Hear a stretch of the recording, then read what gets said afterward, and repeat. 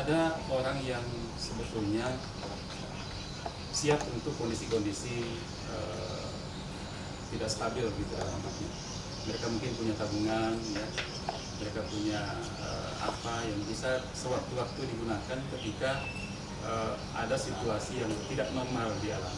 Nah, ini harus kita bukan berarti kita abaikan atau kita sisihkan, tetapi kita utamakan atau kita fokus kepada saudara-saudara kita yang tidak punya apa-apa, yang betul-betul ketika kejadian seperti ini terjadi sudah tidak mempunyai sumber pendapatan apa-apa yang bisa mereka gunakan, tidak punya tabungan, tidak punya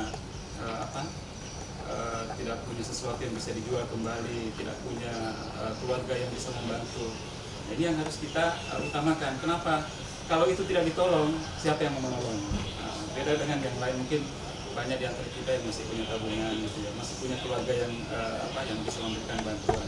Nah, ini juga melalui kesempatan ini sebetulnya saya ingin berharap kepada seluruh masyarakat untuk lebih meningkatkan kepekaan kepada tetangga di dekat rumah masing-masing, kepada saudara-saudaranya, kepada handetolannya yang ada di, ya mungkin paling tidak dengan saling membantu seperti itu, maka program pemerintah ini bisa lebih tertuju kepada orang yang betul-betul membutuhkan.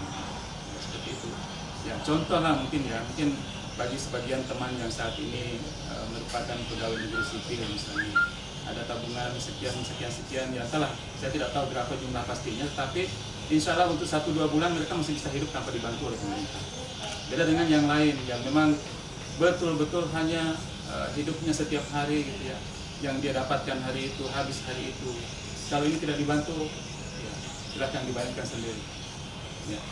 Baik Pak, ini juga ada masuk komentar di saya, masalah gaji ASN katanya yang akan dipotong untuk dianggarkan ke para pasien COVID-19. Oh, saya kira bukan gaji yang dipotong, hanya program-program yang kita anggap masih bisa tertunda untuk kita rasionalisasi, kita lakukan refocusing ya, atau realokasi daripada anggaran yang ada di APBD kita ya. Jadi bukan gajinya, bukan haknya yang dipotong ya, tetapi program-program yang kita anggap masih bisa tertunda dulu untuk bisa kita alihkan atau realokasi tadi, karena kita sudah punya rencana untuk melakukan fokus satu tindakan. Contohnya kan sekarang ini kita fokus untuk men-screening seluruh masyarakat ini, maka kita refokusin itu. Jadi kita fokus dalam penanganan itu ya, tentu ada posko, tentu ada petugas 3 kali shift, tentu kita siapkan makanan di sana, tentu kita siapkan peralatan-peralatan yang ada. Setelah itu ya hasil screening itu ditindaklanjuti lagi. Ya hasil tindak lanjutnya lagi itu 14 hari mereka harus isolasi mandiri. Terus ada lagi yang melakukan tugas memantau terus ya, menelpon bagaimana perkembangannya, ada enggak gejala, kalau ada gejala dilakukan tindakan medis seterusnya. Ini kan semua butuh biaya-biaya seperti itu ya, belum lagi APD-nya, alat pelindung dirinya, peralatan-peralatan, bahkan sampai kita memikirkan rapid test untuk bisa nanti seluruh ODP yang rentang atau utamanya PDP kita itu bisa langsung kita melakukan rapid test ya, bahkan tim medis kita itu, dan juga sebenarnya yang kita pikirkan ini semua petugas-petugas kita yang selalu berhubungan langsung, berkontak langsung dengan pendata misalnya, ini perlu kita pikirkan untuk mereka bisa kita rapid test juga agar betul-betul bisa percaya diri untuk terus melayani masyarakat kita yang ada. Terima kasih banyak Pak. Baik pemirsa yang masih stay di rumah, tadi perbincangan saya bersama dengan narasumber kita, dan sebelum kita mengakhiri perjumpaan kita pada siang hari ini, saya berikan dulu kesempatan kepada para narasumber untuk close statement kepada masyarakat Kabupaten Wajo. Saya persilakan dulu kepada Bapak Bupati.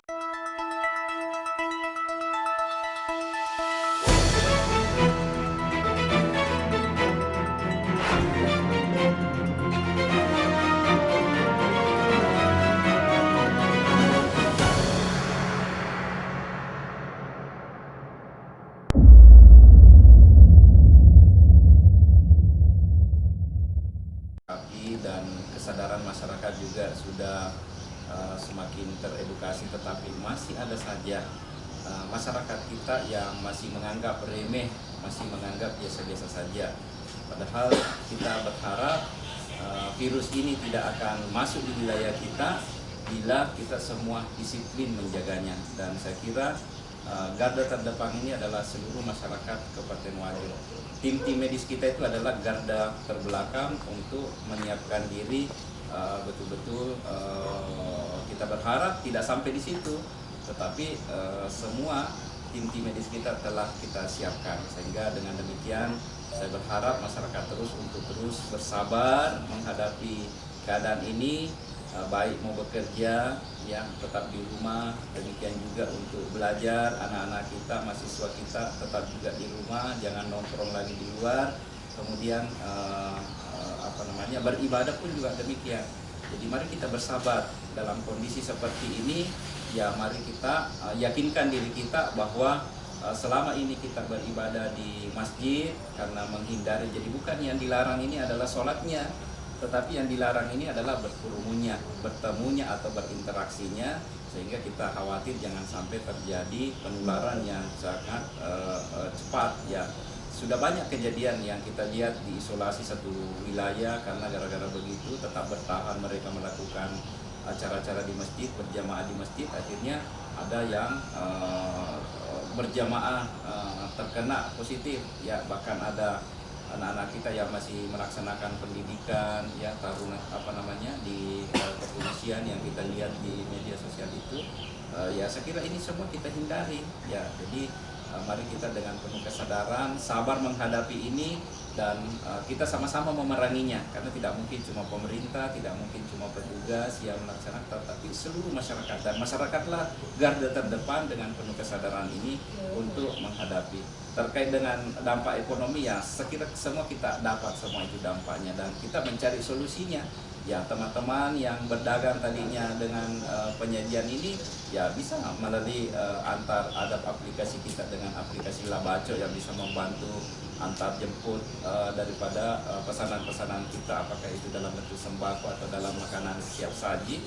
Saya kira ada aplikasi kita yang bisa nanti membantu masyarakat kita agar mereka tidak perlu lagi keluar, tetapi bisa. Bahkan sekarang ini saya sudah serukan kepada Pak Camat, kepada pimpinan-pimpinan OPD kita untuk menyerukan juga kepada masyarakat kita untuk memanfaatkan pekarangan rumah. Ya, pekarangan rumah kita ini untuk bisa ditanami berbagai jenis makanan sayur-sayuran, ya tanaman horti atau tanaman-tanaman yang cepat, apalagi menghadapi bulan suci Ramadan. Ya saya kira supaya tidak jenuh juga di kamar, tidak jenuh juga di depan televisi, supaya ada juga beraktivitas sambil berjemur, sambil menyiram tanaman-tanamannya.